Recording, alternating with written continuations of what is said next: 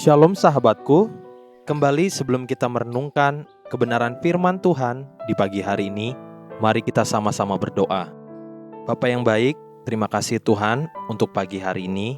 Kami berterima kasih untuk kebaikan-Mu di dalam kehidupan setiap kami. Sekarang kami ingin kembali untuk mendengar dan belajar tentang kebenaran firman-Mu. Terus ajar dan ingatkan setiap kami ya Tuhan, bahwa tiap-tiap saat kami butuh firman-Mu untuk terus menuntun kami. Amin.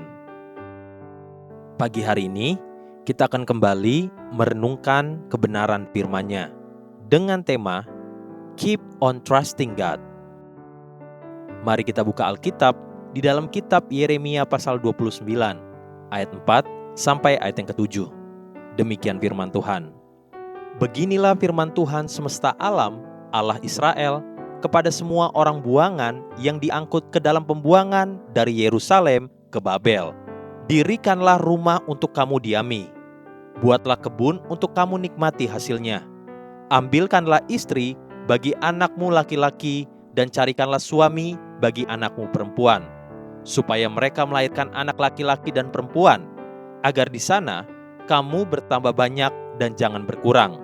Usahakanlah kesejahteraan kota kemana kamu aku buang, dan berdoalah untuk kota itu kepada Tuhan, sebab kesejahteraannya adalah kesejahteraanmu. Kita sering mendengar firman Tuhan dari kitab Yeremia yang berkata demikian, sebab aku ini mengetahui rancangan-rancangan apa yang ada padaku mengenai kamu. Demikianlah firman Tuhan, yaitu rancangan damai sejahtera dan bukan rancangan kecelakaan, untuk memberikan kepadamu hari depan yang penuh harapan. Yeremia pasal 29 ayat yang ke-11. Namun mungkin kita tidak pernah menyadari bahwa perkataan Tuhan melalui Yeremia itu dikatakannya ketika umat Tuhan sedang berada dalam pembuangan ke Babel. Di tengah-tengah beban dan penderitaan yang mereka alami, Tuhan tetap ada di sana. Tuhan menyertai mereka dan Tuhan berjanji akan ada hari esok buat mereka. Ada satu perkara yang mendahului perkataan penghiburan tentang hari esok yang penuh harapan, yaitu apa yang tadi kita dengarkan. Beginilah firman Tuhan semesta alam, Allah Israel, kepada semua orang buangan yang diangkut ke dalam pembuangan dari Yerusalem ke Babel. Dirikanlah rumah untuk kamu diami. Buatlah kebun untuk kamu nikmati hasilnya. Ambilkanlah istri bagi anakmu laki-laki dan carikanlah suami bagi anakmu perempuan, supaya mereka melahirkan anak laki-laki dan perempuan, agar di sana kamu bertambah banyak dan jangan berkurang. Usahakanlah kesejahteraan kota kemana kamu aku buang, dan berdoalah untuk kota itu kepada Tuhan, sebab kesejahteraannya adalah kesejahteraanmu. Dengan kata lain, jangan melawan kehendak Tuhan. Nikmati saja apa yang Tuhan berikan, baik atau tidak baik adanya. Seorang hamba Tuhan yang sangat saya hormati, Pendeta Daniel Alexander berkata, apabila kita bisa menikmati ketidaknikmatan senikmat-nikmatnya, maka kita akan bisa hidup penuh syukur. Bukankah begitulah yang Tuhan kehendaki atas umat Tuhan dalam pembuangan di Babel? Tuhan berkata kepada mereka, ambilkanlah istri bagi anakmu laki-laki dan carikanlah suami bagi anakmu perempuan. Atau dengan kata lain, jalanilah dan hidupilah kehidupan yang normal dan wajar sebagaimana orang-orang lainnya.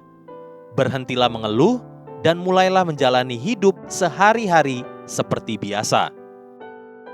Kemudian, lebih lanjut Tuhan berkata, usahakanlah kesejahteraan kota kemana kamu aku buang, dan berdoalah untuk kota itu kepada Tuhan, sebab kesejahteraannya adalah kesejahteraanmu. Kasihi dan perjuangkan, doakan tempat di mana engkau ditempatkan, bukan kutuki dan rusak tempat itu. Seburuk apapun keadaan yang engkau alami di tempat itu, atau seberat apapun perlakuan yang mereka berikan kepadamu, tetap kasihi, perjuangkan, dan doakan tempat di mana engkau ditempatkan. Itulah cara hidup orang-orang yang percaya dan takut akan Tuhan ketika berada di dalam kesesakan. Kemudian, apabila kita menghidupi kesesakan dengan penuh rasa hormat dan syukur, maka janji Tuhan sungguh akan berlaku bagi kita.